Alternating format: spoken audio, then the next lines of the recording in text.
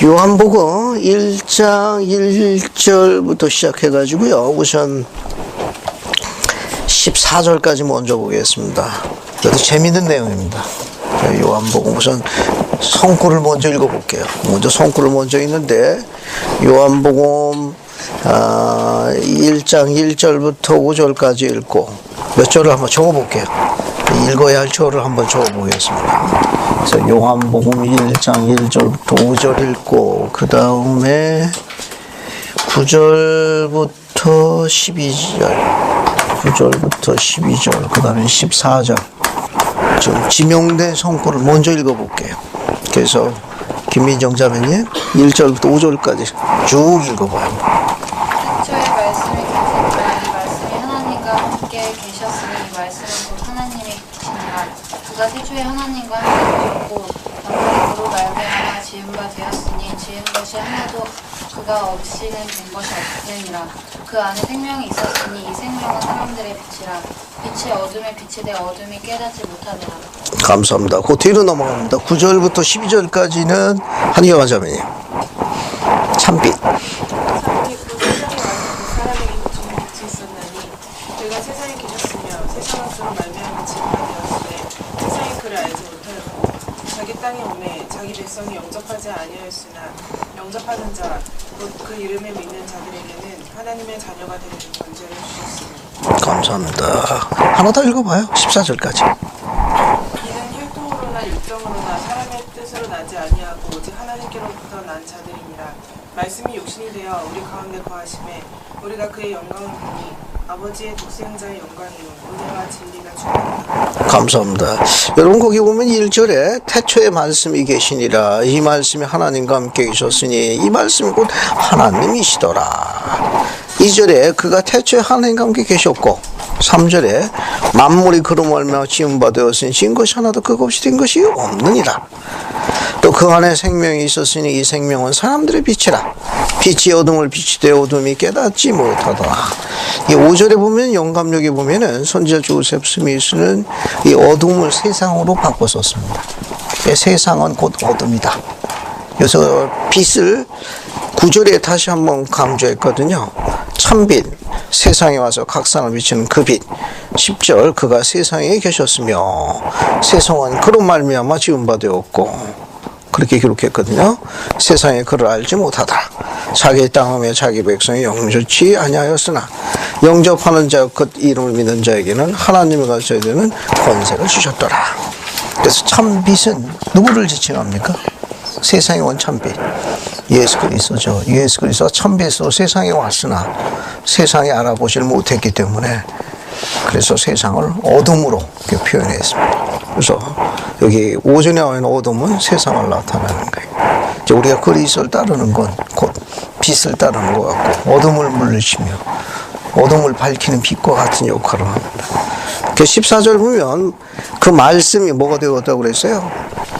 육신이 되었다는 겁니다. 육신이 되어 우리 가운데 거했다니까 세상에 오신 분입니다. 세상에 와서 필멸의 세상에 거하셨어요. 그래서 말씀이 육신이 되어 이 필멸의 세상에 필멸의 인간들과 세상에 계셨을 적에 우리가 그 영광을 보니 아버지의 독생자 아버지의 아들 독생자 영광이요 은혜 우리가 구원받은 은혜와 또 그 진리가 구원받을 진리가 충만한 분이시더라 라고 이야기했습니다. 자, 이걸 이제 정리를 한번 해볼게요. 아주 재밌는 겁니다. 우선 거기 요한복음의 요한하고 6절에 보면은 하나님께서 보내심을 받은 사람이 났으니 그 이름은 요한이라 그렇게 되어 있죠. 그럼 요한복음의 요한이나 1장 6절의 요한이나 같은 사람이다 다른 사람이다. 같은 사람이죠. 그 요한복음의 요한이나 1장 6절의 요한이나 다르다. 어떻게 다릅니까? 이 6절의 요한은 침례 요한. 침례 요한이고 앞에 위에 있는 요한은 이 요한은 사복음서 쓰는 요한. 사복음서 감사합니다. 같이 보시면 안 돼 알겠어요? 그러니까 요한복음에 나와 있는 요한이라는 이름하고 6절에 나와 있는 요한하고는 같은 이름처럼 보이는데 다른 사람입니다. 그러니까 1장 6절에는 예수님 앞에 미를 길을 닦도록 부름을 받은 선지자 침례 요한을 나타내는 표현이에요. 그럼 요한복음의 요한은 누구냐? 사복음서의 저자 중에 한 사람이고 세베대의 아들입니다. 세베대의 아들 야고보의 형제며 또 복음서에서 요한복음을 썼어요. 또 요한 1서, 2서, 3서 또 뭘 썼습니까? 요한계시록을 쓴 신약 전체 5개의 서신을 쓴 사도 요한입니다. 그래서 12사도 초기 정원의 일원이었고 예수님께서 사랑하신 자로 칭함을 받았던 그 사도 요한이니까 요한복음의 요한하고 1장 6절의 요한은 다른 사람이라고. 그건 그 정도만 보시면 되겠어요. 잘 알고 계십니다. 여기다가 한번 해볼까요?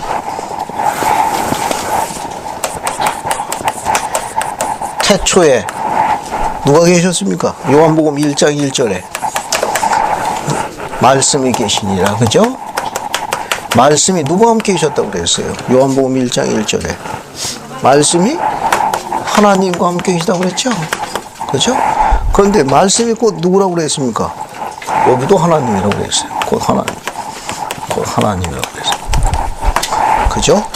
그러니까 우리가 갖고 있는 이 요한복음 1장 1절의 태초에는 하나님이 몇 분이 언급되어 있어요? 2분이 언급되어 있죠. 그런데 우리가 갖고 있는 신앙계주 1주에는 기록이 어떻게 되어 있습니까? 우리는 영원하신 아버지 하나님과 그 다음에 그의 아들 예수 그리스도와 성신을 믿는다. 우리가 갖고 있는 신앙계주 1주에는 신의 구성원 3분 영원하신 아버지 하나님, 그러니까 하나님, 아버지 하나님 한 분이 언급되어 있어서 우리가 이해하기가 아주 쉬운데 요한복음 1장 1절의 저자 요한은 은유법으로 묘사해 나왔습니다. 그죠? 말씀이 A라고 합시다. 말씀 A라고 그래요. 자, 말씀이 누구 함께 있었다고 그랬습니까? 하나님과 누구 B라고 그래요. 그러니까 함께 있었다는 걸 영문은 좀 위스라는 단어로 되어 있습니다. 그러니까 말씀과 하나님은 2개의 별개의 개체예요. 요거는 위스라는 단어로 되어 있기 때문에 A라는 말씀과 B라는 하나님은 같은 게 아니에요. 별개 다른 거예요. A with B, A와 B와 함께라니까 2개의 별개의 개체를 이야기합니다. 그런데 다른 표현이 있어요. 말씀이 곧 뭐라고 그랬습니까?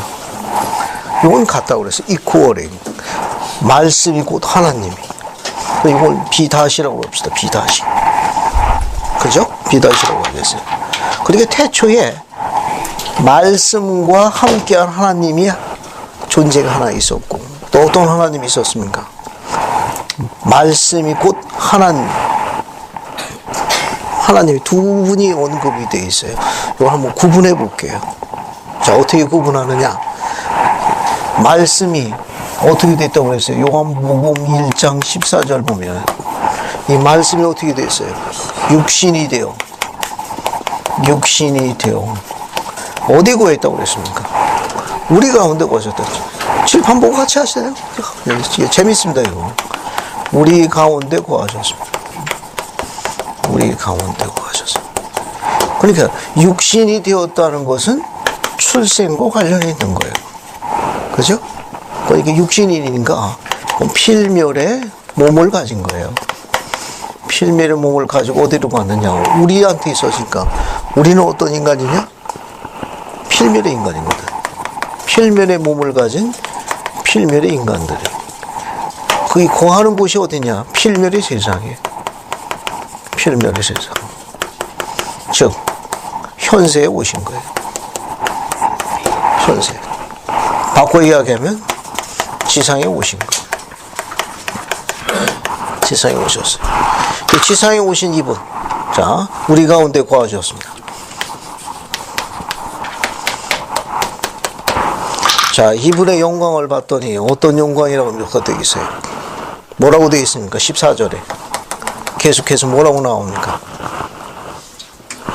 그죠? 말씀이 육신이 되어 우리 가운데 거하시니 우리가 봄에 어떤 영광이라고 했습니까? 한번 그대로 적어볼게요. 아버지의 독생자의 영광이라고 했습니까? 독생자의 영광. 그리고 은혜와 진리가 충만하다. 충만하게 묘사했어요.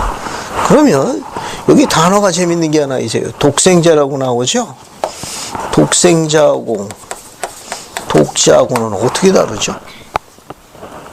독자는 두자고 독생자는 가운데 생자가 들어 세자. 그 차이점이 있나요? 이거 좀 설명하실 분 있습니까? 이 독자는 온니선이라고 그래요. 온니선. 외아들이란 뜻이 외아들. 독생자는 영어로 어떻게 표현하죠? 앞에 또 단어가 하나 들었는데 한자면이 온니 비같은 선. 정확한 표현입니다. 대문자로 쓰셔야 돼요. 이게 전부 온니 비같은 선.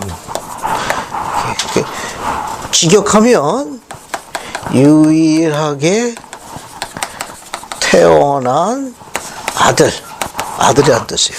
근데 뒤에 이런 문장이 있다고 보는 겁니다. In the flesh. In the flesh. 이 flesh라는 단어는 뭐예요? 육신. 요 인이라는 건 과정을 나타내는 거예요. 그러니까 육신을 입는 과정에 있어서 그런 뜻이에요.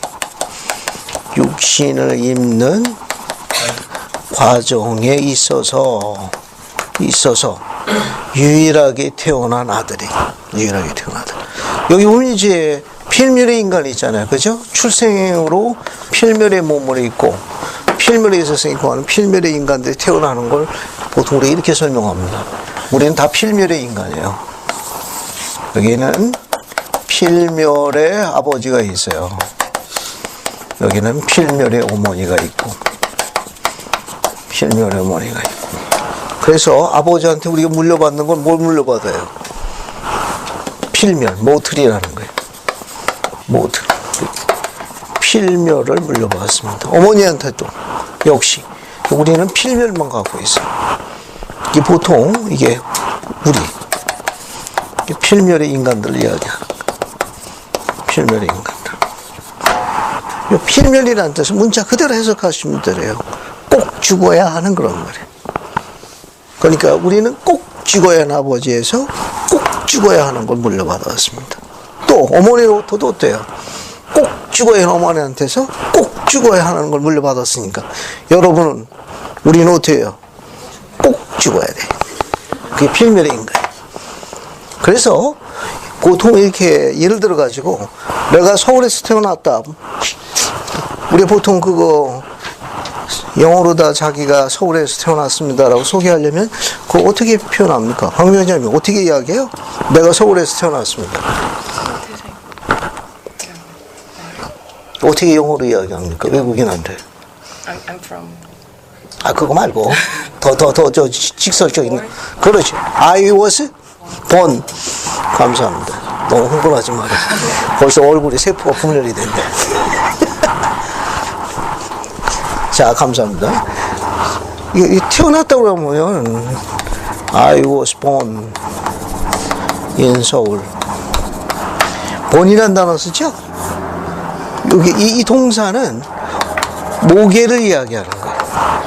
어머니 쪽으로 태어난 걸 나타내는 거예요. 그런데 여기 보면 동사가 뭐가 있습니까? 비가튼이죠? 이 비가튼은 부계를 나타내는 거예요. 아버지 쪽을 나타내는 거예요. 그러니까 지상에 육신을 얻고 오는 거예요. 여기 육신을 지상에 육신이 있는 과정에 있어서 누구에게서 이 과정에 있어서 유일하게 예수님은 불멸의 아버지 태어난 거예요. 어머니는 마리아죠. 여기는 아버지 하나님이고 이분은 이제 불멸의 승형에 이른 인간입니다. 불멸의 인간이에요. 그러니까 예수님은 우리가 조금 달라요. 예수님은 아버지 쪽으로 육신이 있고 지상에 오는 쪽에서 아버지 쪽으로 불멸의 능력을 갖고 오셨어요. 불멸의 능력. 그래서 지상에 육신이 있고 오는 과정에 있어서 유일하게 누구에게서 불멸의 아버지에게서 태어난 아들이라는 뜻이 독생자. 요 비가튼이라는 단어는 아버지 쪽을 나타내는 거예요. 아버지 쪽에서 불멸의 능력을 갖고 이게 지상에 육신이 있고 수많은 아들들이 왔는데 처음부터 예수님 빼놓고는 필멸의 아버지에서 태어난 거예요. 필멸의 능력이 꼭 죽는 능력만 갖고 있는데 예수님만 아버지가 달라요. 예수님만 아버지 하나님 불멸의 아버지에게서 죽지 않는 능력, 불멸의 능력을 갖고 지상에 오셨어요. 그것을 비가튼이라는 단어를 쓴 거예요. 유일하게 불멸의 아버지에서 태어난 아들. 언제? 육신이 있는 과정에 있어서. 전세에서 현세 오매에 있어서 불멸의 아버지 유일하게 태어난 아들. 그 뜻이 독생자라는 뜻이에요. 어머니 마리아부터는 뭘 물려받았습니까? 어머니 마리아부터. 필멸의 능력을 물려받았어요. 필멸의 능력. 그래서 예수님은 어때요? 죽을 수도 있고 어머니에게 발른 필멸 때문에 아버지에게 발른 목 때문에 불멸 때문에 죽음을 이길 수 있어요. 바로 이분이 누구냐? 바로 예수 그리스도. 그래서 이분을 독생자라고 하는 이유 중에 하나는 육신이 있고 지상에 오는 데 있어서 불멸의 아버지에게서 죽음을 이길 수 있는 능력을 갖고 태어난 유일한 아들이라는 뜻이 뭐예요? 독생자라는 뜻입니다. 독생자한테. 그래서 우리의 구세주가 되는 거예요. 이게 수많은 사람 가운데 죽음을 이길 수 있는 분은 오직 한 분 누구예요? 예수 그리스도 분이 없는 거예요. 그래서 주님께서는 이렇게 이야기했습니다. 내가 목숨을 버릴 수도 있고 또 목숨을 다시 얻을 수 있는데 이처럼 목숨을 다시 얻을 수 있는 능력은 내 아버지 Our Father래. 우리는 Our Father. 우리는 다 Our Father지만 예수님만 My Father.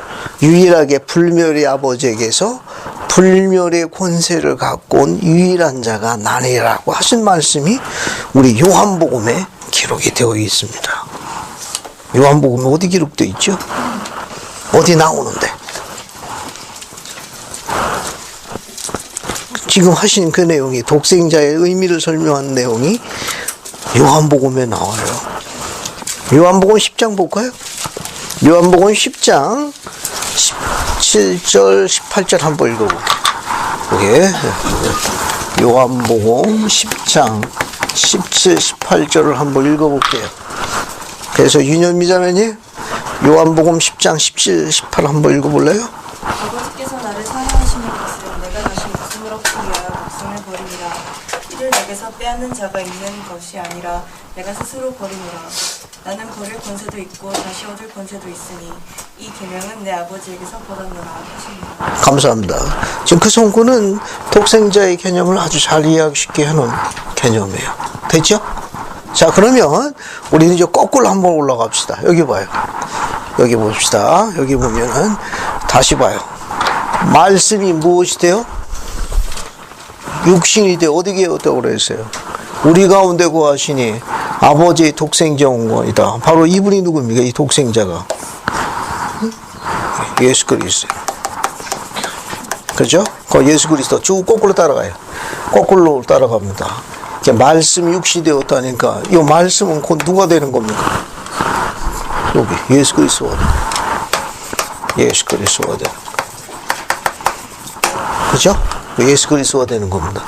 근데 예수 그리스도 요한복음 1장 1절에 보면 말씀이 누가 함께 있었다고 그랬습니까? 하나님과 함께하고 있었다. 이 하나님은 어떤 분이십니까? 그럼 여기 14절에 누구의 독생자라고 그랬어요? 이 아버지는 누굴 이야기합니까? 하나님 아버지. 그죠? 여기서 적으면 되겠어요. 하나님 아버지. 즉 엘로힘이 되시는 거예요. 자, 그럼 우리 좀 더 자세한 것을 상태를 공부하기 위해 가지고 여기다 망각의 장막을 한번 좀. 여기 망각의 장막을 칩시다. 망각의 장막을 쳐요. 자, 그래서 말씀이 육신이 되어 우리 가운데 출생이니까 여기는 그러면 뭐가 되는 거예요? 예수님을 기준해 가지고 망각의 장막을 거쳐서 이렇게 출생해서 현세에 왔으니까, 그죠? 여기 출생 여기 현세가 한번 적어 봅시다. 그럼 망각의 정막 전에는 여기는 뭐가 되는 거예요? 전세가 되는 거네. 그죠? 여기 망각의 장막을 기준해가지고 우리 여기는 육신이 있기 전이고 육신이 있고 오는 출생이니까 이게 현세가 되면 망각의 장막 저쪽은 뭐가 됩니까? 전세가 되는 거예요. 그러면 태초에 말씀이 계시니라 하면 이 태초는 어디에 해당되는 거예요? 전세에 해당되는 거예요. 전세라는 건 이 세상의 시작을 언급하는 거예요. 우리 사이클을 이야기하는 거예요. 우리 세상의 이 세상의 시작을 언급하는 거예요. 언급하는 겁니다. 자, 그럼 하나 더 들여다볼게요. 그러면 예수님께서 육신을 구치사해 온 게 현세고 망각의 종목 전체 육신 있기 전에는 뭐가 돼요? 전세가 되는 거죠. 그러면 예수님이 육신 있기 전이면 태초에 말씀이 하나님께 계셨다. 이 말씀은 누구라고 그랬습니까? 예수 그리스도라고 그랬죠. 그 전세면 육신이 있기 전이니까 어떤 상태로 계신 거예요? 영으로 계신 거예요. 영체로 계신 거예요.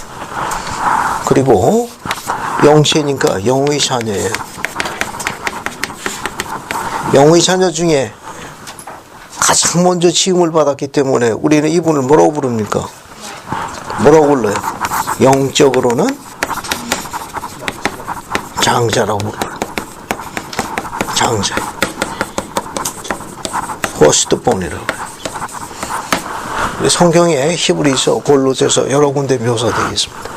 그래서 영적으로는 장자라고 그래요. 그러니까 이분이 어떻게 되어 있습니까? 말씀이 뭐가 되어서? 육신이 되었다고 그랬죠? 그래서 육적으로는 육신을 입고 왔기 때문에 육적으로는 뭐라고 부르냐? 독생자라고.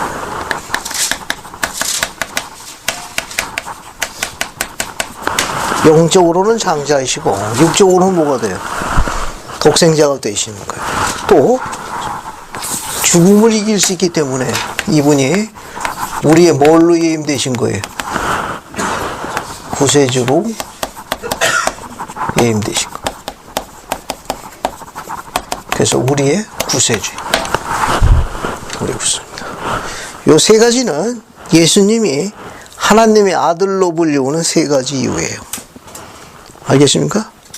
예수님께서 하나님의 아들이 되는 이유 세 가지가 있습니다. 따라서 하세요. 영적으로는 장자, 육적으로는 독생자, 우리의 구세주. 예수 그리스도께서 아들이 되시는 이유, 요한복음에 이렇게 크게 세 가지가 묘사되어 있는 거예요. 그래서 영적으로는 장자요, 육적으로는 독생자요, 또 우리의 구세주다. 자, 그러면 예수님께서 육신을 입고 성령을 베푸시던 현세를 경전에서 우리가 무슨 시대라고 그래요? 새로운 약시대, 신약시대. 이게 신약 시기가 되는 거예요. 그러면 육신이 있기 전에는 무슨 시기가 되는 겁니까? 구약 시기가 되는 거예요. 구약 시기가 돼요. 그러면 구약의 하나님은 누구라고 불렸죠? 구약의 하나님은 여호와예요. 여호와로 불렸습니다. 이 여호와는 이스라엘의 하나님이에요. 이스라엘 하나님입니다. 그들은 조상의 하나님이라도 불렀어요. 이 조상이기 때문에 다른 말로는 아브라함, 이삭, 야곱의 하나님으로도 불렸어요. 또 몰몬경 백성의 하나님으로 불렸습니다. 몰몬경 백성의 하나님으로 불렸어요. 그래서 우리가 갖고 있는 경전의 기록에 앞에 와요. 태초에 말씀이 계시니라. 그죠? 말씀이 누구와 함께 있었다고 그랬어요? 하나님과 함께 있었습니다. 따라서 즉 태초에 전세에 예수 그리스도께서 말씀이신 예수 그리스도께서 뭘로 계셨다는 겁니까? 영체로 하나님 아버지의 영의 자녀로 있었는데 가장 먼저 지음을 받은 뭐였느니라? 장자였느니라. 예수 그리스도께서 영으로 계시면서 구약의 하나님 뭐이셨더라? 여호와이셨더라. 영으로 계셨지만 이스라엘 조상의 하나님이요 아브라함과 이삭과 야곱의 하나님이요 이스라엘 하나님이라 애굽에서 이스라엘 백성을 광야에서 인도하신 하나님이 바로 영체로 계신 예수 그리스도예요. 그뿐만 아니라 그분은 주전 600년경에 리아 일행을 미대로 인도한 몰몬경 백성의 하나님입니다. 따라서 요한복음의 이 기록은 구약의 하나님 여호와는 신약의 누구와 동일이라는 거예요. 예수 그리스도와 동일한 걸 증명한 성경이에요. 이게 성경을 여는 아주 중요한 열쇠입니다. 이게 그래서 구약의 하나님 여호와는 신약의 누구와 같은 분이다? 예수 그리스도와 같은 분이에요. 그 결국 십자가에 달려 돌아가신 분이 예수 그리스도 아니에요. 그죠? 속죄하신 분, 우리의 구속주. 그죠? 그런데 이 교리에 의하게 되면은 구약의 여호와 하나님이나 신약의 예수 그리스도 뭐라고 그랬어요? 동일인이라고 그랬으니까 이렇게 어렵게 설명하지 말고 그냥 직접 설명하자는 거예요. 같은 분이니까. 예수 그리스도 우리의 구속주거든. 속죄하신 구속주니까. 십자가에 달리신 분을 갖다가 우리는 신약의 예수 그리스도가 십자가 달려 구속하시는 거 아닌가. 직접 설명하자는 겁니다. 구약의 하나님 여호와께서 아브라함과 이삭과 야곱 이스라엘 조상의 하나님 이스라엘 백성을 애굽에서 출애굽으로 광야로 인도하신 그 하나님께서 십자가에 달려 돌아가셨다가 3일 만에 부활하셨더라라고 직접 설명하자는 거예요. 같은 분이라고 그랬으니까. 대략 이해하겠죠? 똑같은 분이라고 동일한 분인가 묘사한 거니까 이렇게 어렵게 설명하지 말고 이스라엘 백성을 애굽에서 광야로 인도한 하나님이 이스라엘의 조상의 하나님이에요. 그분이 아브라함과 이삭과 야곱의 하나님입니다. 그 아브라함과 이삭과 야곱의 하나님이 높이 들려서 십자가에 못 박히셨다가 3일 만에 부활했다라고 설명하면 이해가 얼마나 빨라요. 여호와 하나님이 아브라함과 이삭과 야곱의 하나님 십자가에 달려 돌아가셨네. 그런데 그분이 예수 그리스도 아닌가? 그럼 같은 분이네. 이렇게 직접 설명하자는 겁니다. 복잡하게 설명하지 말고 구약의 하나님 여호와가 아브라함과 이삭과 야곱의 하나님 십자가에 달려서 돌아가셨다가 3일 만에 부활하신 분이라. 이렇게 직접 설명해도 생명의 시장이 없느냐 하는 거예요. 어떻게 생각해요? 신촌의 김민정 자매님 어떻게 생각해요? 그 십작 설명해도 생명의 시장이 없느냐 하는 거예요. 옆에 있는 두 자매님 눈치 보지 말고 그 직접 설명하면 생명 위험한 거예요. 이영원 자매 안 가르쳐져요. 설미진 자매는 얼굴 외면하고 있고 지금. 몰몬교회 보면은 직접 설명한 귀절이 나옵니다. 몰몬교회만 나오고 성경에는 없다는 거. 몰몬교회는 직접 설명했어요. 그게 어디 나옵니까? 니파이전서 19장에 나오죠. 니파이전서 19장 갑시다. 니파이전서 19장 가요. 자, 니파이전서 19장 다 읽지 말고 한 절만 읽어볼게요. 니파이전서 19장 10절을 읽습니다. 알겠습니까? 설미진 자매님 한번 읽어봐요. 니파이전서 19장 10절만. 또 우리 조상의 하나님 곧 그에 의해 애굽에서 속박되어 인도되어 나왔으며 또한 광야에서 보존된 우리 조상의 하나님 참으로 아브라함과 이삭의 하나님 그리고 야곱의 하나님은 천사의 말대로 자신의 사람으로서 악인들의 손을 내어주사 지노코의 말대로 들리우실 것이요 니움의 말대로 십자가에 못 박히실 것이요 사흘 동안 어둠에 관하여 말한 지노스의 말대로 무덤에 묻힐 것이라. 이 사흘 동안의 어둠은 그의 죽으심에 대하여 바다의 섬들에 살게 될 자들에게 주어지는 더욱 특별히 이스라엘의 집에 속한 자들에게 주어지는 표적이 되리라. 감사합니다. 이 성구는 잘 기억해 두십시오. 이건 직접 설명한 성구예요. 거기 보면 10절에 우리 조상의 하나님 곧 그에 의해 애굽에서 속박에 인도되어 나왔으며 또한 광야에서 보존된 우리 조상의 하나님 참으로 아브라함과 이삭의 하나님 그리고 야곱의 하나님은 직접 설명했어요. 천사의 말대로 자신을 사람으로서 악인들 손에 내어주사, 거기 선지자 이름이 나오는데 성경이 안 나오고 라반의 노세판에만 언급되어 있습니다. 지노크의 말대로 들려올 것이요. 그 다음에 라반의 노세판에 나오는 다른 선지자 이름이 있습니다. 니우미의 말대로 십자가에 못 박혀. 그 직접 설명했어요. 그 하나님이 아브라함과 이삭과 야곱의 이스라엘 조상의 하나님이 지노코의 말대로 들리우고 니우미의 말대로 십자가에 못 박히실 것이고, 사흘 동안의 어둠에 관한 누구 말대로? 지노스. 세 사람 이름 지노크, 니움, 지노스는 이스라엘 하나님이 신약의 예수가 동일인물인 걸 직접 설명하신 분들. 이런 아름다운 가르침들이 성경에서 훼손된 거예요. 그러니까 로세판에만 기록인 겁니다. 그래서 지노스의 말대로 무덤에 묻히실 것이라.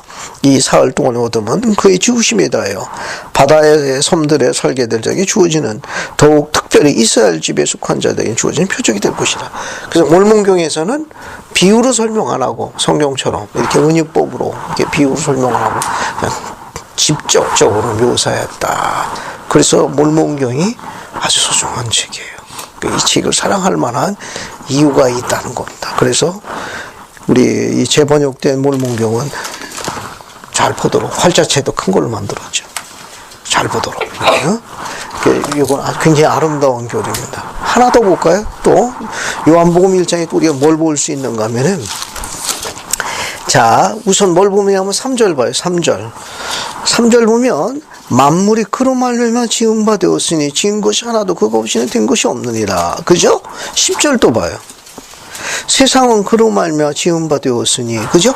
그럼 결국 어떻습니까? 영체로 계신 예수 그리스도가 또 뭐가 되시는 거예요? 만물의 창조주가 되신다. 만물의 창조주가 되시는 거예요. 그게 영체로 계시면서 만물을 창조하신 거니까 우리 영이 얼마나 파워풀한지 알겠죠? 우리 영이 얼마나 중요한지 이해하실 수 있겠죠? 그러니까 만물의 창조주로서 그 일을 하실 적에 영체로 계시면서 한 거예요. 그래서 경전에는 표현을 이렇게 씁니다. 경전에는 하늘과 땅에 영원하신 아버지라고도 불러요. 이 경전의 기록은 여러 군데 많이 묘사되겠습니다. 그러니까 예수님이 아들도 되시지만 아버지도 되세요. 이 두 가지 다 불리웁니다. 아들도 되지만 아버지도 불리우는 교리가 이 안에 감춰져 있어요. 아들은 이후 세 가지 뭐라고 그랬어요 아까? 영적으로는 장자요. 두 번째는 육적으로는 독생자예요. 우리 뭐가 돼요? 구세주, 구속주가 되는 거. 이건 아들로 불리우는 이유가 되는 거고, 아버지로 불리우는 첫 번째 이유는 뭡니까? 만물의 창조주예요. 그래서 경전에서 뭐라고 하는가? 따라서 하세요. 하늘과 땅에 영원하신 아버지. 그러면 누굴 지칭한다? 아들이신 예수 그리스도를 지칭하는 거예요. 근데 뭘로 불리우는 거예요? 아버지로 불리운다는 거. 그래서 하늘과 땅에 영원하신 아버지 하면 not father, 아버지가 아니고 누구예요? 아들이에요, 아들. 예수 그리스도 지칭하는 표현이에요. 또 아버지 불리는 두 번째 이유가 12절에 있어요. 12절. 영접하는 자 곧 그 이름을 믿는 자들에게, 요한복음 1장 12절, 하나님의 자녀가 되는 권세를 주었더라. 그죠? 그러면 그 이름을 믿는 자니까 아버지로 불리우는 또 두 번째 이유가 있습니다. 두 번째 이유는 뭐냐면, 그렇게 우리가 어떻게 해서 그리스도의 자녀가 되죠? 우리가 지금 그리스도 자녀라고 불리움을 입는데 어떻게 해서 우리가 그리스도의 자녀가 될 수 있습니까? 감사합니다. 그러니까 속죄를 거듭난다는 건 뭐예요? 어떤 의식을 받아야 되니까? 침례를 받는 거예요. 침례를 받으면서 우리는 새 생명을 얻거든. 부활이라는 새 생명을 주고, 복음의 원리 의식에 충실하게 되면 어떤 또 은사를 받습니까? 구원의 은사인 영생을 받는 거예요. 그 새 생명을 주시니까 그분의 예수 그리스도 뭐가 되는 거예요? 우리의 영적인 아버지가 되는 거예요. 안 그러면 우리는 죽음 가운데서 속박에서 벗어날 수가 없습니다. 우리가 교리적 어떻게 쓰는가 하면은 그런 걸 속죄로 말미암아 거듭난 자들, 침례받은 사람들, 거듭난 자들의 영적인 아버지가 돼요. 영적인 아버지가 됩니다. 이렇게 돼서 우리가 뭐라 불리우느냐? 그리스도의 자녀라 불리우는 거. 그리스도 자녀라 부르는 거. 자녀라는 건 그리스도께서 속죄를 하면 우리에게 부활이라는 새 생명을 줬기 때문에 그래요. 우리가 부모님들을 아버지 어머니 부르는 걸 뭐냐? 생명을 줬기 때문에 그렇거든. 예수님은 속죄를 하면 우리에게 새 생명을 주는 거예요. 어떤 생명? 부활이라는 새 생명을 주신 거예요. 그런데 복음의 원리에 따라 끝까지 참고 견디면 구원의 은사 뭘 받는 겁니까? 영생을 얻는 거예요. 그래서 아버지라고 불리는 두 번째 이유는 속죄로 말미암아 거듭난 자들의 영적인 아버지가 됩니다. 아버지라는 거 여기서는 속죄에서 새 생명, 부활이라는 새 생명을 주신 거예요. 그래서 두 번째 교리입니다. 세 번째 교리가 뭐가 있죠? 아버지를 불리는 세 번째 교리가 뭐가 있습니까? 사랑하는 여러분. 자, 아들로 불리우는 이유 세 가지를 설명했어요, 지금. 아버지로 불리우는 이유 두 가지를 설명했습니다, 지금. 두 가지를 묘사했어요. 그 다음에 하나가 있는데, 칠판 안에 있습니다. 보이나요? 아까 독생자 말씀하실 때 불멸의 아버지에서 불멸의 능력을 주셨다고 하는데 성성 권능의 부여로 인한 아버지. 감사합니다. 아주 정확하게 지적했습니다. 수제자로 임명. 여기 있네요. 그러니까 불멸의 아버지에서 불멸의 능력을 물려받았다는 것이 아까 요한복음 10장 10절 18절에 나와 있거든. 이 교리를 우리가 교리적으로 뭐라고 묘사하는 거면은 성스러운 권능의 부여라고 그래요. 성스러운 권능의 부여에 의한 아버지라고도 불러요. 이렇게 여기 이렇게 불멸의 아버지에게서 이런 불멸의 능력이 아들에게 주어졌는데 이걸 교리적으로 뭐라고 그러냐? 성스러운 권능의 부여라고 그래요.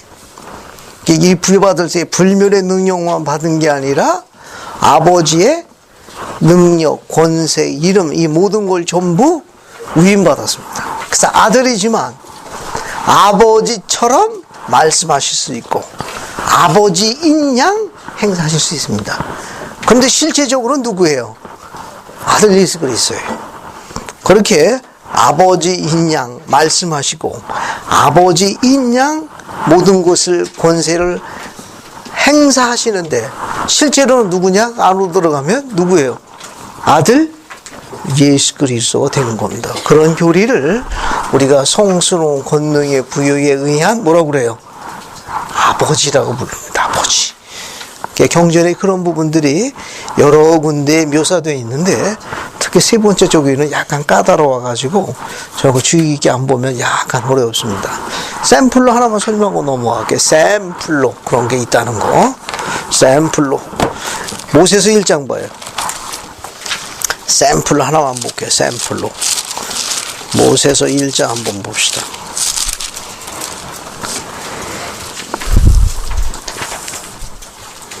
봤습니까? 그 1절 하나만 봐요. 1절 하나만. 자, 모세가 심히 높은 산에 올라갔을 때 하나님께서 모세에게 하신 말씀 그렇게 나와 있죠? 여기 뭐 가만히 있어보자. 여기다가 그렇죠. 여기다 지우고 하죠. 여기 하나님이 계신 거예요. 알겠어요? 여기 심히 높은 산. 심히 높은 산. 여기는 모세가 있어요. 그죠? 지금 심히 높은 산에서 하나님하고 누가? 모세하고 대화하고 있는 거죠? 그죠? 모세는 어때요? 신약의 인물입니까? 구약의 인물입니까? 구약의 인물이죠? 그러면 구약의 하나님 이분은 누구예요? 여호와가 되는 거예요. 여호와면 그러면 여기 지금 공부한 거에만 어때요? 여기 공부한 거 아버지입니까? 아들입니까? 아들이에요. 아들이. 그러니까 아들이니까 누구예요? 예수 그리스도예요. 여기 이야기하는 거 실제적으로 이야기하시는 거예요. 그런데 그 뒤로 쭉 넘어가 봅시다. 뒤로 쭉 넘어가 보세요. 거기 32, 30절 봐요. 32, 33절.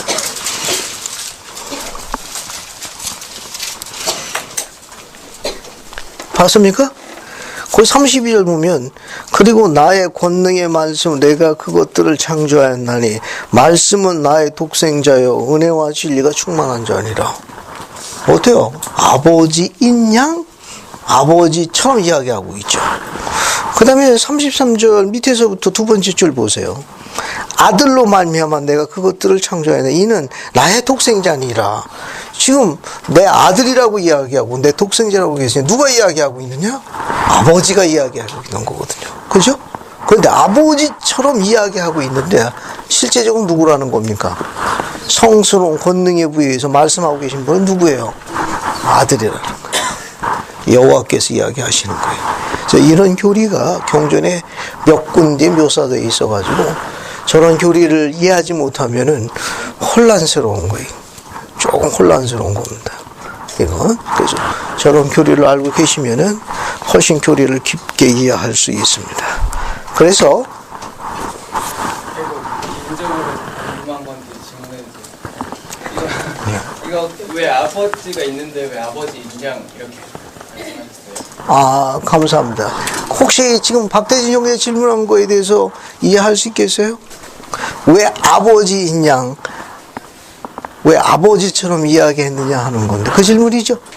아버지가 있는데 그래서 아버지가 있는데 왜 아버지인 양 아버지를 대신하느냐 그 질문 안 해요. 그죠? 왜 이렇게 예수님께서 그렇게 하셨습니까? 권능을 부여하셨기 때문에 감사합니다. 근데 박대진 형제님은 그거 가지고 이해가 잘 안 되는 것 같아요. 눈을 지금 꼬뻑꼬뻑 하고 있거든요. 더 도움 주실 분 없습니까? 아버지와 성신은 하나. 저 김문정 자매님. 예. 아들과 아버지와 성신은 목적면에서 하나. 감사합니다. 그래도 박대진 형제님 연구 좀 해야 될 것 같은데. 예, 조태환 형제. 아담이 에덴 동산에서 타락하기 이전에는 엘로힘 하나님 아버지께서 직접 말씀하셨지만은 예. 아담이 타락한 이후에는 동산에서 쫓겨난 이후에 모든 계시는 그의 독생자 예수 그리스도를 통해서 오기 때문에 그렇습니다. 감사합니다. 이 유리도 박대진 형제가 쉽지 않을 것 같은데. 그러면 세 개를 몽땅 축약해가지고 아까 이야기했습니다만 세 번째 교리가 까다롭다고 그랬어요. 그 보편적으로 잘 알려지지 않은 교리입니다. 근데 이 교리를 알아야만 경전을 해석할 수 있습니다. 그 중에 여기서 담겨져 있는 거, 왜 아버지처럼 아버지인 양 이야기하느냐. 김민영 자매님, 우리 도계 출신. 알겠어요? 정확한가요? 이 말은 뭐냐면, 아버지와 아들은 별개의 개체예요. 태초부터. 그죠? 근데 아버지와 아들이 하나거든요. 언제 하나가 됩니까? 네, 감독님. 목적에 있어요. 감사합니다. 인간들에게 불명과 영생을 가져다 주어 구원한다는 목적과 뜻이나 수단에 있어서는 아버지나 아들이 하나예요. 알겠습니까? 그러니까 인간들을 불멸과 영생을 가져다 줘서 구원케 한다는 목적과 뜻과 수단에 있어서는 아버지와 아들이 별개지만은 목적과 뜻과 수단에서는 동일하신 분이에요. 한 분이에요. 그래서 아들이지만 아버지처럼 행사하실 수 있습니다. 아빠고 엄마는 별개의 개체죠. 맞죠? 박대신은 근데 두 분이 언제 하나가 되죠? 엄마 아빠가 언제 하나가 됩니까? 두 분이. 목적과 뜻이 똑같을 때가 있는데 수단도 똑같고. 그렇지. 대진이를 잡을 때. 집에서 애 잡을 때는 남편과 아내가 아버지와 어머니가 아주 그냥 목적과 뜻과 수단이 동일해서 하나가 되죠. 똑같은 거예요. 첫 번째는 그런 중요한 이유를 갖고 있습니다. 인간들을, 자녀들을 구원한다는 뜻에 있어서 아버지나 아들은 하나입니다. 그래서 그것을 대신할 수 있도록 두 번째, 지금 이야기한 대로, 지금 조점이어도 그 권능을 어떻게 했어요? 아들에게 다 위임했습니다. 그래서 권능을 다 위임해가지고 아들을 통하지 않고는 아버지에게 못 갑니다. 그러니까 아버지가 모든 걸 다 아들한테 위임해가지고 뭐라고 이야기했습니까? 그의 말을 들으라. 그래서 아담의 타락이 위해, 좀 조영진 이야기한 대로 아담이 타락하게 된 동산에서는 엘로힘이 직접 계시하셨습니다. 그러나 동산에서 쫓겨나고 난 다음부터는 어떻게 됐어요? 그때부터는 모든 계시는 아들로부터 옵니다. 아들로부터. 그래서 아버지처럼 이야기했지만 계시는 누가 주는 거예요? 실제적으로는 아들입니다. 그러한 이유를 갖고 있어서 전폭적인 모든 권능의 위임을 받으신 분이 누구냐? 아들이에요. 아들이지만 창세 이전부터 뭘로 불리웠습니까? 요한은 뭐라고 불렀어요? 영체로 계셔서 아직 부활하신 몸을 갖지 아니했음에도 불구하고 뭐라고 불렀습니까? 하나님. 그래서 지상에 오실 적에 실적으로 아버지를 대신하도록 모든 권능을 그분한테 위임하셨습니다. 그래서 그분이 교리적으로 성스러운 권능에 부여한 아버지로 불려옵니다. 그러면 같은 논리로 성신도 하나님 아버지처럼 이야기를 할 수 있나요? 성신, 아버지 아들과 성신은 하나이기 때문에 성신도 아버지처럼 말씀하실 수 있나요? 그 질문에 대해서는 지금 까다로운 질문을 했는데 본인은 어떻게 생각할까? 계속 생각을 해봤는데 네. 그러면 우리 성경에 몰몬게 하나 찾아봅시다. 자꾸 질문하면 진도 못 나가요. 여러분 그 제3니파의 11장 한번 봅시다. 질문이 나왔으니까 한번 살펴보고 넘어갈게요. 제3니파의 11장 한번 볼까요?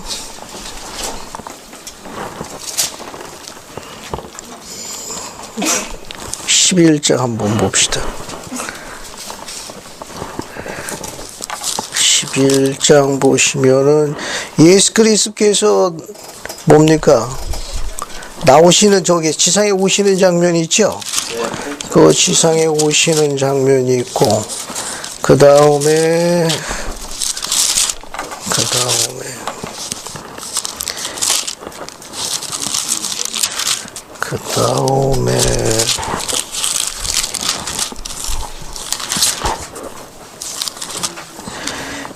거기 11장은 예수님께서 직접 육신을 입고 오시는 장면이 있는데 앞에 제3니파의 1장을 보면은 니파이가 탑 위에서 기도하는 장면이 있습니다. 정원 자기 탑 위에서.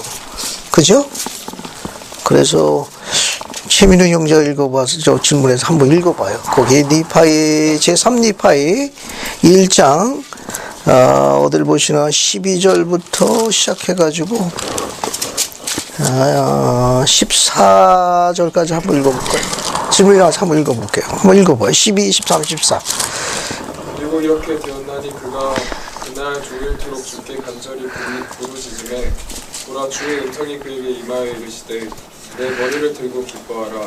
보라 때가 가까이 왔으니 이 밤에 표적이 주어질 것이요 내일은 내가 세상에 와서 내가 나의 거룩한 선지자들의 입으로 말하게 한 모든 것을 볼 것임을 세상에 보일 것임이니라.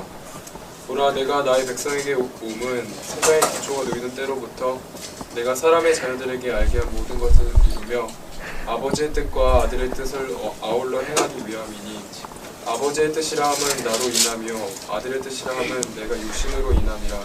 이에 보라 때가 가까웠은즉 이에 이 밤에 표적이 주어지리라. 감사합니다.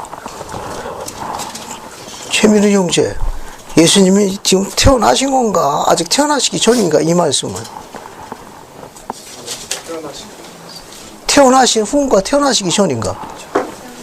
그럼 태어나기 전이면 예수님은 지금 어디 계신 거예요? 마리아의 태중에 있는 거 아니에요? 그럼 어떻게 해서 태중에 있는 예수님께서 왜 니파에게 이렇게 메시지를 전했죠? 내가 내일 온다고. 어떻게 된 거야? 아니 지금 니파에게 내가 내일 온다고 이야기한 거 아니에요. 아직 어디 있는 거예요? 어머니 마리아의 태중에 있는 거 아니에요. 그러면 잠시 그러면 태중에서 나온 겁니까? 어떻게 된 거예요 이건? 아니 지금 내용은 대략 이해하시겠죠? 아니 왜냐하면 아직 예수님께서는 지금 지상에 오시지 않았습니다. 그죠? 내일 오신다고 했으니까 현재 정위치는 어머니 마리아의 태중에 있는 거 아니에요? 근데 니파에게는 대화를 했지 않습니까? 어떻게 된 상황이죠 이거?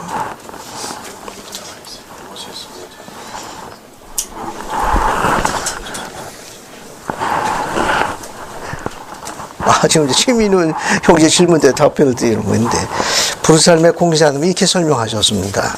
이 일을 하신 분은 성신이 하신 일이다. 성신은 아버지와 아들을 증거하는 거예요. 이제 권능이 부여한 저 교리와 관계없이 아버지와 아들을 증거하는 게 성신의 역할이에요. 그러니까 지금 이야기하고 있는 건 아들이 이야기하고 있는 거지만 실제적으로 누가 그 역할을 감당하고 있는가 하면 예수님은 마리아의 태중에 있습니다. 태중에 있고 아들처럼 이야기하신 분은 아버지와 아들을 증거하신 이가 누구 역할이냐? 성신의 역할이에요.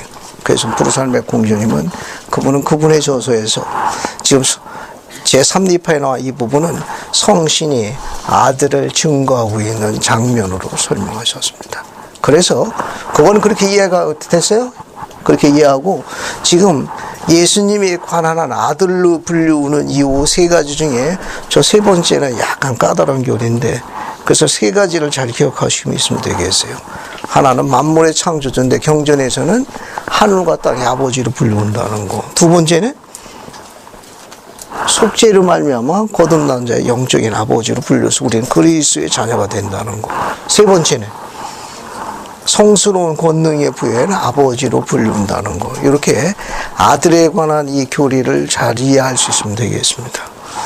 앞으로도 이런 부분이 이제 더 많이 이제 접촉하게 될 거예요. 자, 이제 다음 뒷부분으로 좀 넘어갑시다. 아까도 이야기했지만 성신은 아버지와 아들을 증거하는 그 고유 사명을 갖고 있습니다. 그의 능력은 굉장히 특별합니다. 이거는.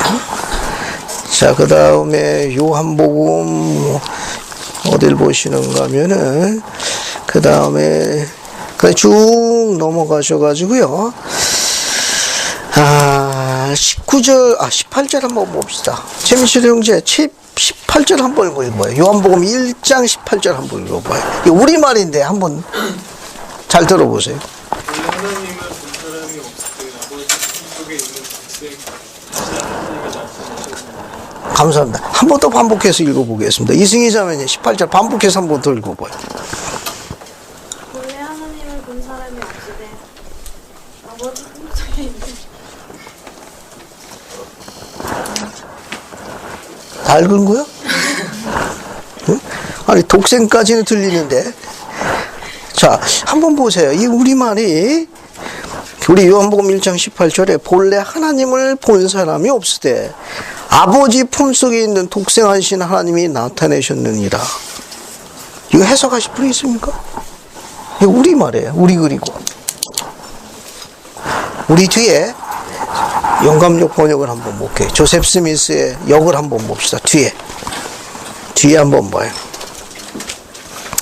뒤에 331쪽을 찾아요. 그래서 조셉 스미스 성경에는 19절로 나와 있습니다. 19절 찾아봐요. 이 번역이 훨씬 정확한 번역이에요.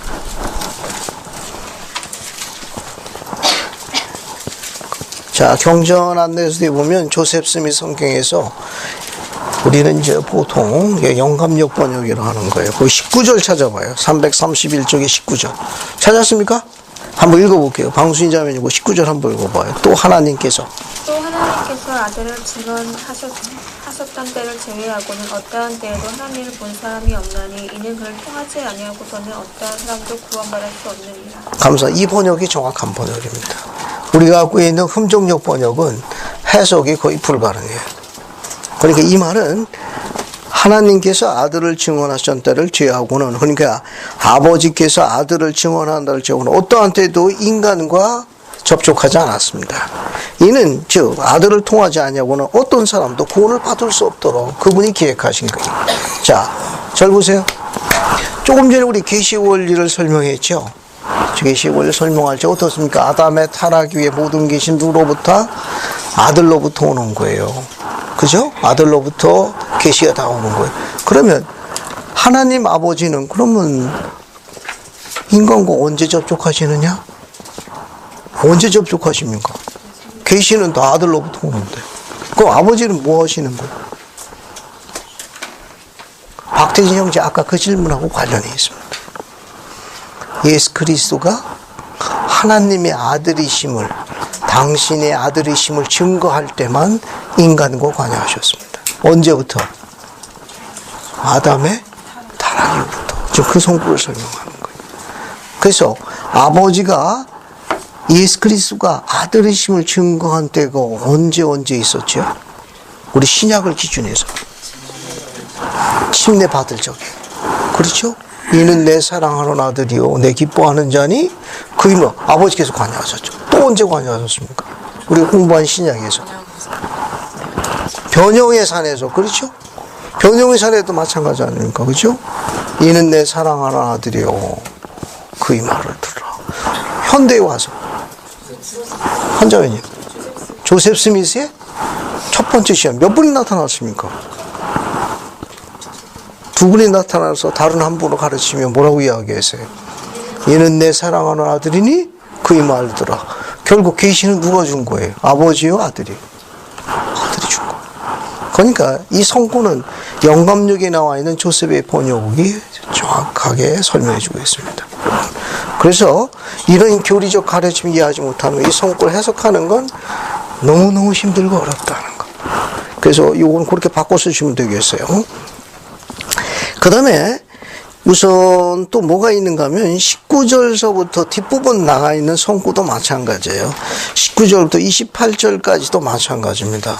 이 성구도 우선 이거 칠판에다가 설명을 간단히 할게요. 또 영감력 번역, 조셉 스미스의 성경 번역이 잘 나와 있습니다. 이 몇 가지 기본적 교리를 공부하고 읽으면 이해가 금방 될 거예요. 자, 칠판 같이 봅시다. 여기 보세요. 여기 보세요. 여기 예수 그리스도.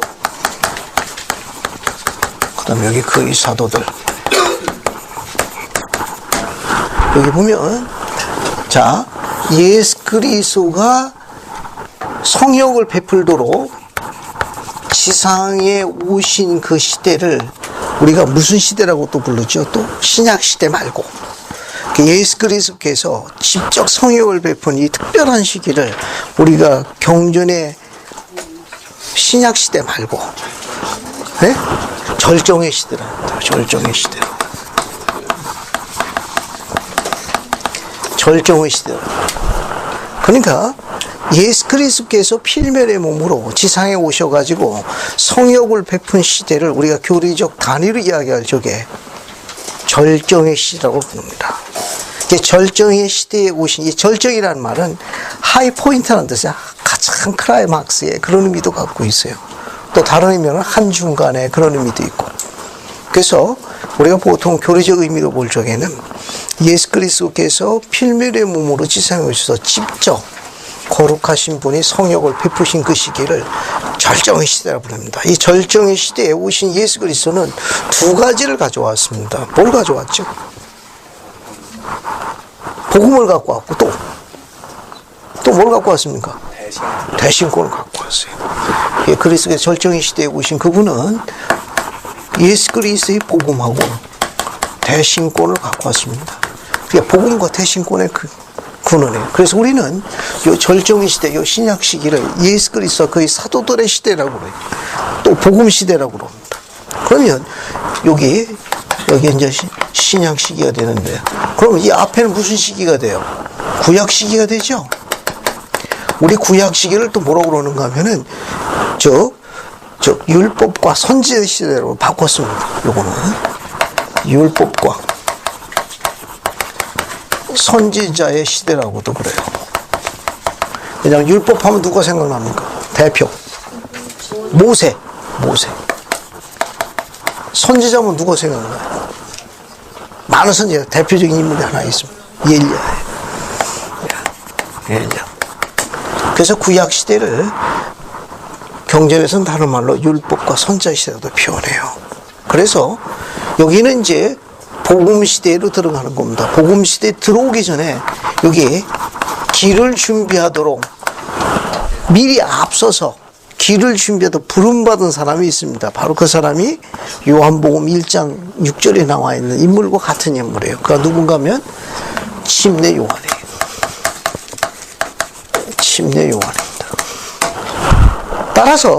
따라서 예수 그리스도가 절정의 시대에 관한 한, 여기까지, 여기 이제 과도기가 되죠. 여기서 여기 과도기가 되겠는데, 절정의 시대, 예수님께서 성역을 베푸시는 시기에 관한 한 이처럼 예수님의 가지고 계신 복음이나 대신권, 더 큰 계시나 어떤 권능을 미리 준비하도록, 미리 앞서서 길을 닦도록 준비된 사람, 그런 사람을 우리가 고대에서 뭐라고 불렀는가 하면 일라여스라고 불렀습니다. 그래서 침례 요한을, 이름은 요한이지만 그가 한 일이 더 큰 권능이나 계시나 이런 것을 미리 앞에서 준비하도록 부름을 받은 특별히 예임된 사람이기 때문에 그런 사람도 우리가 일라여스라고 불러요.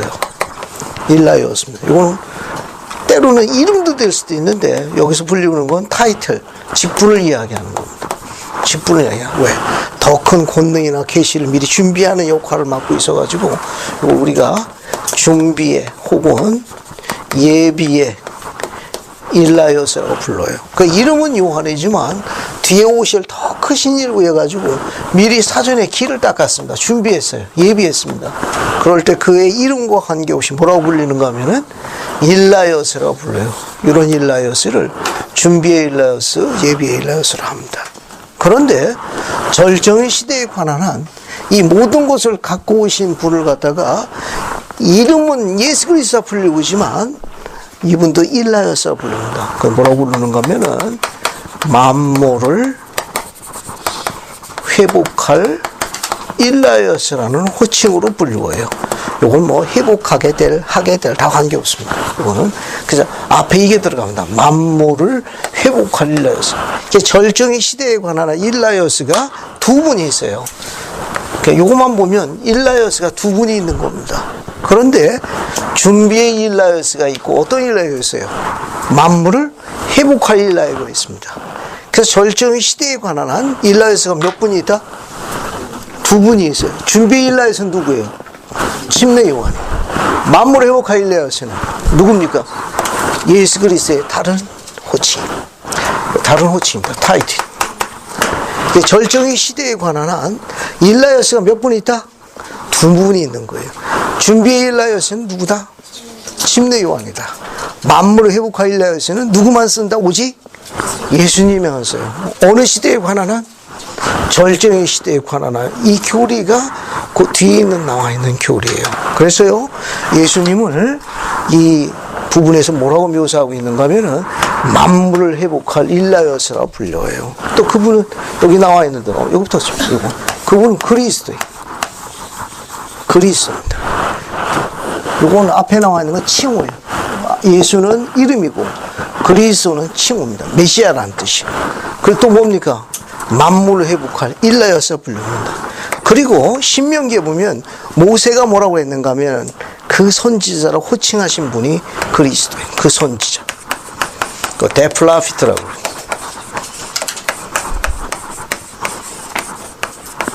데플라피트. 그래서 그리스도, 만물 회복할 일라여스, 그 선지자는 전부 누구에게 주어지는 호칭이다? 예수에게 주어지는 호칭이에요. 됐죠? 그러니까 절정의 시대에 관한 한 일라여스는 몇 분이 있다? 두 분이 있는 거예요. 준비의 일라에서는 누구예요? 침례 요한이. 만물 회복할 일라에서는 예수 그리스도. 됐죠? 됐죠? 그 다음에 또 예수 그리스도는 또 뭐라고도 불리운다? 데플라피트.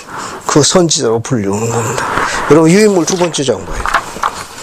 유인물 두 번째 장봐요. 봤습니까? 거기 유인물에 요한복음 1-1을 보세요. 읽으면서 설명할 테니까 유인물 보는 게 더 빨라요. 쭉 읽으면서 설명하겠습니다. 그럼 훨씬 더 빨리 이해할 수 있습니다. 찾았어요? 자, 유대인들이 예루살렘에서 제사장과 레위인들을 요한에게 보래요. 내가 누구냐 물을 때 요한의 증거가 이러하니라. 찾았습니까?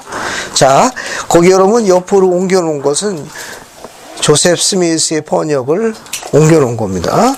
요한이, 이때 요한은 누구예요? 어떤 요한이에요? 침례 요한입니다. 침례 요한이 이제 이야기하는 겁니다. 그 유대인들이 물었거든. 널 누구냐? 그랬더니 요한이 드러내의 이야기를 말하고 뭘 숨기지 아니하느냐. 뭐라고 이야기했어요? 영감역에는 일라에어 있음을 부인하지 아니하더라. 드러내어 하는 말이 아니. 그러나 나는 뭐는 아니다. 일라에어스 뭐는 아니다. 그리스도는 아니다. 또 물었습니다. 또 묻대. 그러면 네가 예리하냐? 예리야가 아니고 영감적 번역으로 합시다. 그럼 네가 어찌해서 뭐냐? 왜? 침례요한이 자기가 일라에어스라고 했으니까 네가 어찌해서 일라에어스가 되느냐? 그러나 너는 아니다. 영감적 번역으로 합니다. 만물 회복할 일라에어스는 아니다. 맞지요? 자기는 준비 일라에어스지 만물 회복할 일라에어스는 아니거든. 그래서 또 물었습니다. 네가 또 뭐냐? 데플라피트 그 선지자냐? 그래서 뭐라고 그랬습니까?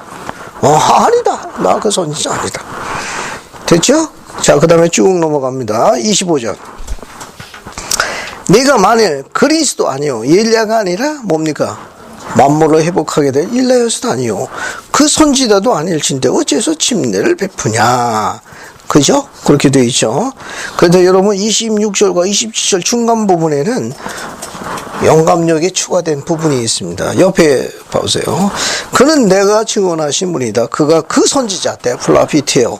바로 만물을 회복하게 일라에어스시니 라고 증거한 겁니다. 그 27절 그가 곧 내 뒤에 오시는 그니라. 됐죠? 이거 이렇게 해야 이해할 수 있습니다.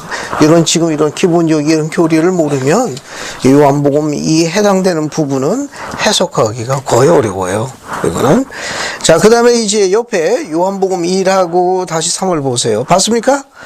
여기도 마찬가지예요. 거기 31절 보세요. 나도 그를 알지 못하였으나 그러나 영감역의 번역을 따라갑시다. 무릇 그는 나보다 먼저 계셨으며 나는 그를 알았나니. 번역이 바뀌었습니다. 내가 그를 이미 알았나니 그는 이스라엘에게 다 테레부심을 받아야 했느니라. 그러므로 내가 물로 침례를 베풀고자 왔느니라. 그래야 정확한 설명이 됩니다. 33절도 마찬가지.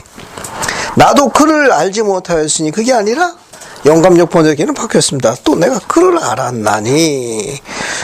이거 조금 더 바뀌었어요. 그 다음에 이제 밑에 것도 번역이 또 마찬가지입니다. 네가 성령이 내려 머무는 자를 보거든 바로 그가 바로 주이신 줄 알아라. 바로 그분이신 줄 알아라. 이게 훨씬 더 정확한 번역입니다. 그래서 34절. 그래서 내가 보고 그가 하나님의 아들이심을 증언했더라. 그 다음에 여러분 그 밑에 보게 되면 우리 흠정역 요한복음 1장 28절 여기 유인물 맨 위에 보세요. 맨 위에. 요거 28절 보면 이 일은 요한이 침례 베풀던 요단강 건너편 뭐라고 나와요? 베다니가 아니고 영문 흠정역 영문은 베다바랍니다. 또 몰몬경에 리파이전서 10장 9절에서도 예수님 침례받은 장소를 시온으로 봤는데 베다바라라고 기록했는데 번역이 잘못된 거예요. 원문은 베다바라가 맞는데 베다니로 잘못 번역되어 있습니다. 됐죠? 그래서 영감역에 보게 되면 요 34절 뒤로 나와 있어요. 그러니까 이 모든 사건 일라에어스에 관한 설명 요한의 증거에 대한 설명이 전부 어디서 있었느냐? 베다바라에서 있었던 사건이라는 걸 증명하는 거예요. 그렇게 이해하시면 되겠습니다. 자, 그 다음에 이제 35절로 갈게요. 35절 봅시다. 35절 보세요. 35절 봤습니까? 자, 거기 보면 여러분 경전을 직접 보세요. 거기 보시게 되면 이튿날 요한이 자기 제자 중 두 사람과 함께 섰다가 예수의 탄해실을 보고 말하기를, 거기 또 뭐가 나옵니까? 하나님의 어린 양이로다가 나오죠. 이 하나님의 어린 양도 예수님만 쓰신 호칭이에요. 여기도 예수 그리스도 호칭할 때는 하나님의 어린 양이라는 호칭은 누구한테 부르는 호칭이다? 예수께서 사용하시는, 그분에게 주어진 호칭 중에 하나예요. 그 다음에 이제 요한의 제자 둘을 뭐라고 그랬어요? 요한이 이제 나를 그만 쫓고 누굴 쫓으라고 해서 37절에 예수를 쫓으라고 그랬죠? 자, 그 다음에 쭉 따라갑니다. 쭉 따라가요. 그랬더니 예수께서 39절에 뭐라고 그랬습니까? 그 제자들이 쫓아가면서 뭐라고 물으세요? 라피오 어디 계시니까? 그랬더니 39절 예수께서 그 유명한 말씀하셨죠. 뭐라고 그랬습니까? Come and see. 와보라. 와서 보라. 그죠? 그래서 40절 요한을 맞고 예수를 쫓는 두 사람, 한 사람이 누구였습니까? 누가 따라갔어요? 시몬 베드로의 형제 누굽니까? 안드레가 따라갔네요. 그러면 요한의 제자, 여기 보세요. 여기 요한의 두 제자가 있었습니다. 두 제자 보고 이제 누굴 따르라고 그랬어요? 그리스도를 따르라고 그랬잖아요. 근데 한 사람은 누굽니까? 시몬 베드로의 형제 누구예요? 안드레죠. 다른 한 사람은 누구예요, 그럼? 두 사람이라고 했잖아요. 한 사람은 거기 나왔네요. 40절에, 그죠? 40절에 시몬 베드로 형제 안드레라. 그 다음에 다른 한 사람은 누굽니까, 그럼? 다른 한 사람. 요한복음의 저자로 추정하고 있습니다. 요한복음의 저자로 꼭이라고 한 거랬어요. 추정한다 그러지. 경전학자들은 아마 사도 요한이 아니었겠느냐라고 조심스럽게 보고 있다는 겁니다. 그 다음에 이제 누굽니까? 안드레가 누굴 데려왔어요, 이제? 누굴 데려옵니까, 여기 안드레가? 자기 형제 누굴 데려왔어요? 시몬? 베드로를 데리고 왔죠? 시몬을 데리고 왔죠? 그랬더니 예수께서 뭐라고 불렀습니까? 42절에. 내가 영감역 번역에는 요나의 아들로 나와 있습니다. 요나의 아들 시몬이네. 장차 뭐라고 불릴 것이라? 뭐라고 불릴 것이라 장차? 게바라 불릴 것이라고 묘사했어요. 그죠? 여러분, 뭡니까? 우리 영감역 뒤에 조셉 스미스 역 한번 찾아봐요. 거기도 성 번역이 나와 있습니다. 332쪽 보세요. 그래서 요한복음 1장 42절 보세요. 이건 영감역 번역을 봅시다. 영감역 번역에 뭐라고 나오나요?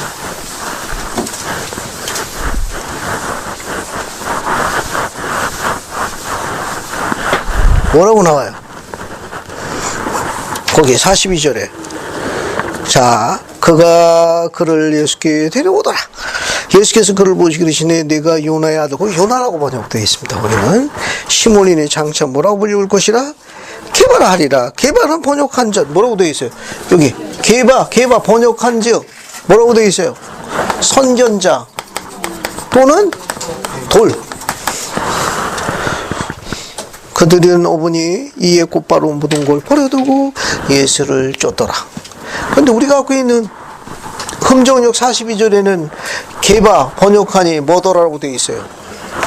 베드로라고 되어 있죠? 근데 이거 영문은 스톤으로 되어 있습니다. 흠정역에는. 스톤은 뭐예요? 돌. 베드로는 돌이다. 좀 그렇죠? 그죠? 베드로는 돌이다. 그죠? 그래서 베드로라고 번역한 것 같아요. 그런데 원문을 직역하게 되면 게바 번역하니 뭐다? 돌인데 영감역에는 요 단어가 들어가 있어요. 선전자라는 단어가. 선전자라는 단어가 들어가 있습니다. 그러니까 이 말은 뭐냐면 앞으로 베드로가 어떻게 된다는 거예요? 이제 장차 주님의 선전자요, 계시자요, 선지자로서 제1회장단의 감력원인 제1회장에서 봉사할 것을 암시하는 거예요. 당시에 이처럼 하나님과 대화하여 그분의 선견자로, 계시자로, 선지자로 봉사하는 사람들은 우린과 둠님을 갖고 있었습니다. 그걸 갖고 그분과 대화했어요. 그걸 뭐라고 그랬는가? 수정 혹은 포석, 돌이라고 그랬어요. 그래서 그냥 돌이 아니고 뭡니까? 그런 아까 이야기한 선견자의 돌을 이야기하는 돌입니다. 그래서 게바 번역한 적 돌이라 좀 그런데 그 선견자의 돌을 나타내는 거예요. 선견자의 돌. 요 게바라는 말은 아람어입니다. 아람어예요. 세파스라고 해요. 세파스라고 합니다. 세파스라고 합니다. 세파스입니다. 요 뜻은 뭐냐면 요 뜻은 아까 이야기한 대로 이 돌이라는 뜻입니다. 스톤. 큰 돌이 아니고 페블이라는 뜻을 갖고 있어요. 페블은 무슨 돌이죠? 조약돌 사이즈를 이야기합니다. 조약돌. 그러니까 그가 선견자로서 부름을 받는다. 예임되었다는 걸 나타내는 표현이에요. 그리고 이 베드로라고 되어 있죠. 베드로. 아까 시몬 베드로. 요 시몬은 유대식 이름입니다. 혹은 히브리식 이름이라고도 그래요. 다 같은 표현이에요. 요 베드로는 로마식 이름. 로마식 표현이에요. 같은 표현이에요. 그 베드로는 요게 헬라어에서 따온 거예요. 헬라어에 페트로스에서 따온 겁니다. 이게 페트로스라고 그래요. 이거 남성 명사로 알려져 있습니다. 여러분 유물에 다 적어놨어요. 설명만 들으면 돼요. 이건 뜻이 뭐냐면 얼락이라는 뜻입니다. 얼락. 그래서 바위, 반석이라는 뜻이에요. 바위, 반석. 그런 뜻을 갖고 있습니다. 헬라어는 그렇게 되어 있어요. 이거는 참조를 알아두시면 되겠습니다. 그 다음에 이제 어디를 넘어가시는가 하면 이 정도 이따 보시고, 그 다음에 이제 뒤에 가면 또 누가 나옵니까? 43절에 보면은 빌립이 따르죠. 43절 보세요. 43절 봤습니까? 거기 보면 주님께서 이제 뭡니까? 갈릴리로 가다가 빌립을 보고, 다른 제자들은 주님을 따랐는데 빌립 보고는 뭐라고 그랬습니까? 직접 말씀하셨죠. 파로비 날 따르라. 그러니까 직접 명함을 받은 제자가 누구냐? 빌립입니다. 그 하나 따져볼게요. 자, 제일 먼저 누가 따랐어요? 제일 먼저 여기 안드레가 제일 먼저. 그 다음에 요한. 세 번째 누구예요? 베드로. 그죠? 지금 공부하는 거 네 번째 누굽니까? 빌립. 빌립은 어떤 제자예요? 직접 명함을 들은 제자입니다. 바로미 날 따라라. 그죠? 그 다음 빌립이 누굴 데려옵니까? 45절에 쭉 넘어가가지고 45절에 이제 다섯 번째 빌립이 누굴 데리고 와요? 나다나엘을 데려오죠. 그죠? 그 나다나엘이 46절에 뭐라고 이야기했습니까? 저 빌립이, 우리가 그 45절 보세요. 빌립이 나다나엘을 찾아 이르되 모세가 율법에 기록하였고 여러 선지자가 기록한 그 일을 우리가 만났으니 요셉의 아들 누구더라? 나사렛 예수더라. 그랬더니 나다나엘이 뭐라고 이야기했습니까? 나사렛에서 무슨 선한 것이 나올 수 있느냐? 빌립이 가로되 또 뭐라고 그랬어요? 와보라. 그죠? 그러니까 이 나사렛이라는 건 뭘 의미하는가 하면 그 당시에도 그렇게 큰 동네가 아니었다는 걸 알 수 있습니다. 그러니까 거기에 오늘날처럼 이야기하는 것처럼 아주 어떤 뭐 인재가 나고 그런 어떤 부귀한 동네가 아니고 잘 알려지지 않은 그런 조그만 동네였다는 걸 시사하는 거다. 그런 동네에서 무슨 인물이 날 수 있느냐라고 반문했던 거예요. 그래서 이제 빌립이 누굴 데리고 갑니까? 나다나엘을 데리고 가죠. 자, 그래서 그 기록을 한번 읽어볼게요. 그래서 47절부터 49절까지 한번 볼게요. 거기 47절부터 49절까지 강미호자님 한번 읽어보세요. 47, 48, 49. 예수께서 나다나엘이 자기에게 오는 것을 보시고 그를 가리켜 이르시되 보라 이는 참으로 이스라엘 사람이라 그 속에 간사한 것이 없도다. 나다나엘이 이르되 어떻게 나를 아시나이까? 예수께서 대답하여 이르시되 빌립이 너를 부르기 전에 내가 무화과 나무 아래에 있었을 때 보았노라.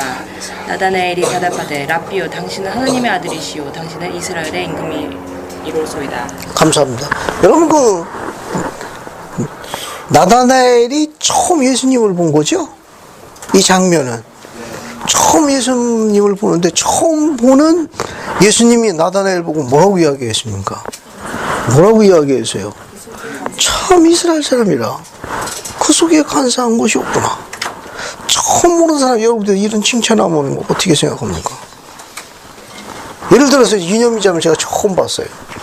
참 이스라엘 딸이라 그 속에 간삼이 없도다. 그러면 본인이 어떻게 생각해요? 선생님 저 아세요? 그렇게 안 묻겠어요? 아니 그 처음 보는 분이 갑자기 그렇게 이야기하면 물론 기분이야 좋지. 기분이야 좋지면 어떻습니까? 아 저를 어떻게 하세요? 라고 반문 안 하겠어요? 그랬더니 예수님께서 무슨 이야기 했습니까? 48절 나다나엘이 뭐라고 이야기했어요? 선생님 저를 어떻게 하십니까? 어떻게 저를 아시나이까? 예수께서 대답하여 이르시기를 뭐라고 했습니까? 빌립이 너를 부르기 전에 그 다음에 뭐라고 했어요? 내가 무화과 나무 아래에 있는 걸 내가 이미 보았노라. 예전비자매 무화과 나무 아래에서 뭐 했어? 여기 무화과 나무 아래에서 나다나엘이 무엇했습니까? 그 예수님이 알고 계셨고 내가 무화과 나무 아래에 있는 걸 내가 이미 보았노라. 그러면 나다나엘은 무화과 나무에서 무엇하고 있었죠? 거기 처음 갔나요? 그 나무 밑에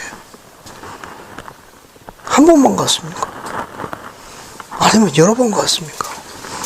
만약에 여러 번 갔으면 그 나무 아래에서 나다나엘은 무엇을 갖고 있을까? 한경하자면 나다나엘이 그 무화과 나무 아래에서 뭐 했을 것 같아요? 한 번만 갔다고 생각해요? 여러 번. 내가 보니까 한자매가 경험이 많네. 어?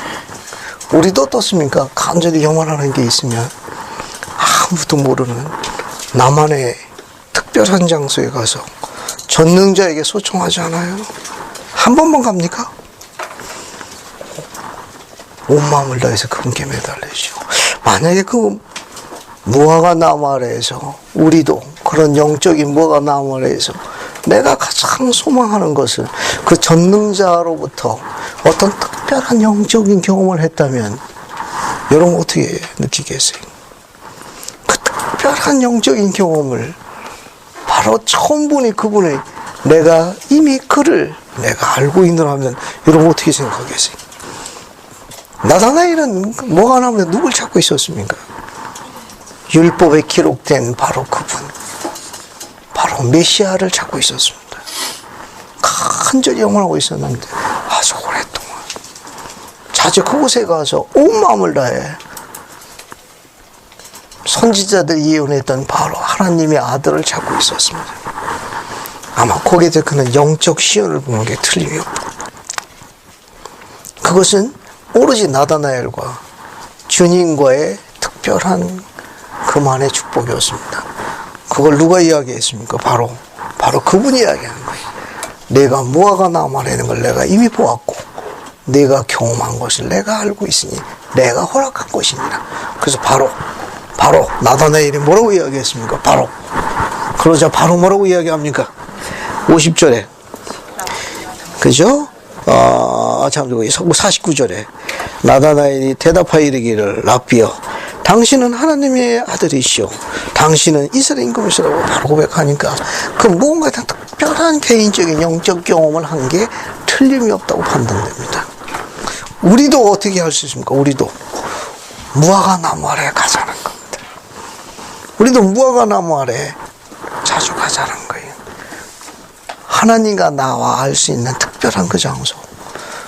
외롭고 요즘처럼 설명할 수 없을 만큼 도움을 받지 못하는 이런 시기에 전능자에게 그런 위로를 받을 수 있는 나만의 무화과 나무 아래를 찾아가자는 겁니다.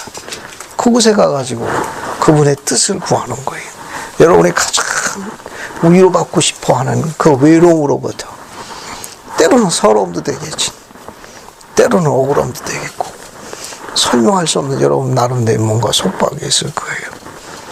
그러니까 그분은 그거 다 모든 거 다 알고 계십니다. 여러분 잘하고 있어요. 정말 좋은 딸들입니다. 좋은 아들들이고 정말 그분께서 이야기하는 선한 아들과 딸들. 그래서 그분이 참 이스라엘 자녀입니다.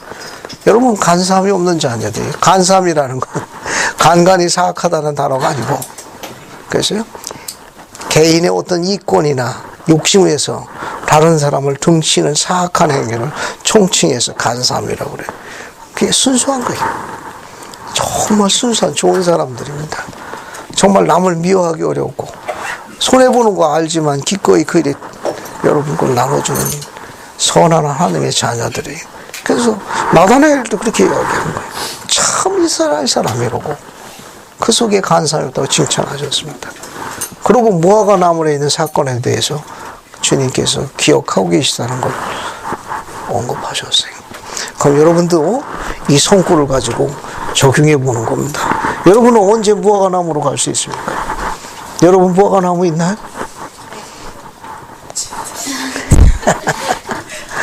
여러분의 영적인 무화과 나무 아래 자주 갈 수 있길 바랍니다. 여러분만의 그 장소가 있어야 돼요. 그 장소에 자주 가셔가지고 그분께 소청하시기 바랍니다. 그러면 축복하실 거예요. 판콘을 제가 갖고 있으니까 지금 이야기하는 건 간혹가다 이야기하는 제 개인적인 이야기입니다. 좀 잘 이야기 안 하는데 혹시 도움이 될까 싶어가지고 이야기합니다. 신앙의 첫걸음은 기도의 응답입니다. 나다나엘처럼 전능자에게 대한 그런 특별한 영적 경험은 하나님과 나와의 특별한 관계에 대한 도움이 됩니다. 오래전의 이야기예요. 아주 오래전의 이야기입니다. 오래전의 이야기인데요. 부친이 알코올로 인한 중독으로 인해 가지고 그 주치의가 6개월을 더 못 살겠다고 통보를 했습니다. 그때 연세가 56세였어요. 나이가 너무 아까워가지고 그때 개정해가지고 얼마 되지 않았을 때였습니다. 그 아기 그냥 수술됐죠. 그래서 형제가 사형제인지라 사형제를 불러 모았습니다. 그 사형제를 불러 모아가지고 의견을 모았습니다. 아비가 6개월을 못 산다 하니 나이가 너무 아깝지 않냐. 물론 어머니도 있으니까. 그리고 또 아비가 그동안에 여러 가지 많은 부분에 대해서 하나님께 공덕을 쌓고 가면 좋은 일이 아니겠느냐. 그래서 제안을 했습니다. 그래서 이제 형제들이 물었습니다. 그래요. 무엇을 원하느냐? 그래서 이야기했습니다. 아들이 사형제니까 수명을 5년씩 빼자. 그러면 아들이 넷이니까 4, 5, 20. 부친이 76세까지 향수하시면 어머니가 그리 섭섭하지 아니하실 것이라. 내가 전능하신 분께 소청할 테니 어떻게 생각하냐 했더니 뭔지도 모르고 다들 만장일치로 통과했습니다. 그러면서 형제들이 이렇게 하겠습니다. 제안한 사람이 가가지고 그분께 소청하도록 하라 해가지고 새벽같이 일찍 일어나 제 동네에 있는 산에 올라가 1시간씩 기도했습니다. 6개월 되니까 주치의 예언대로 정확하게 6개월 될 때 돌아가셨습니다. 그리고 상을 치르고 3호제를 지내고 난 다음에 주일날 참석을 했어요. 주일날 참석을 했는데 당시 그 기초복음반이라고 자그마한 방이 끝방에 하나 있었어요. 예, 한 해 전에 장로교에서 개종하신 상호보제 자매님이 한 분 있었습니다. 네, 장로교에서 방언도 하시면서 아주 좀 특별하신 분이었습니다. 그래서 아주 뭐 방언에 해보시면서 다양한 그런 경험을 갖고 계신 분이었는데 그날 예배를 마치고 가려는데 그 자매님이 저를 부르셨어요. 기령진이 잠깐 이야기해도 되느냐고. 그래서 기초공방 그 조그마한 방에 같이 들어갔습니다. 그때 그 자매님이 이렇게 이야기했습니다. 너무 이상하게 생각하지 않았으면 좋겠다고. 그 자매님 계속 말을 이었습니다. 그 자매님은 이렇게 설명했어요. 자기 아들이 이민을 가 있기 때문에 바로 곧 자기가 한국을 떠나면 이제 한국에 들어올 일이 없을 거라고 이야기했어요. 그런데 내가 꼭 이야기 안 하면 전할 기회가 없을 것 같아서 이상하게 생각 안 했으면 좋겠다고. 근데 약간 또 이상한 분위기가 있습니다. 근데 그분은 이렇게 이야기하셨어요. 얼마 전에 꿈을 꾸었는데 천사장이 천사들과 함께 어떤 사람이 제안한 안건에 대해서 경륜을 벌리는 꿈을 꿨답니다.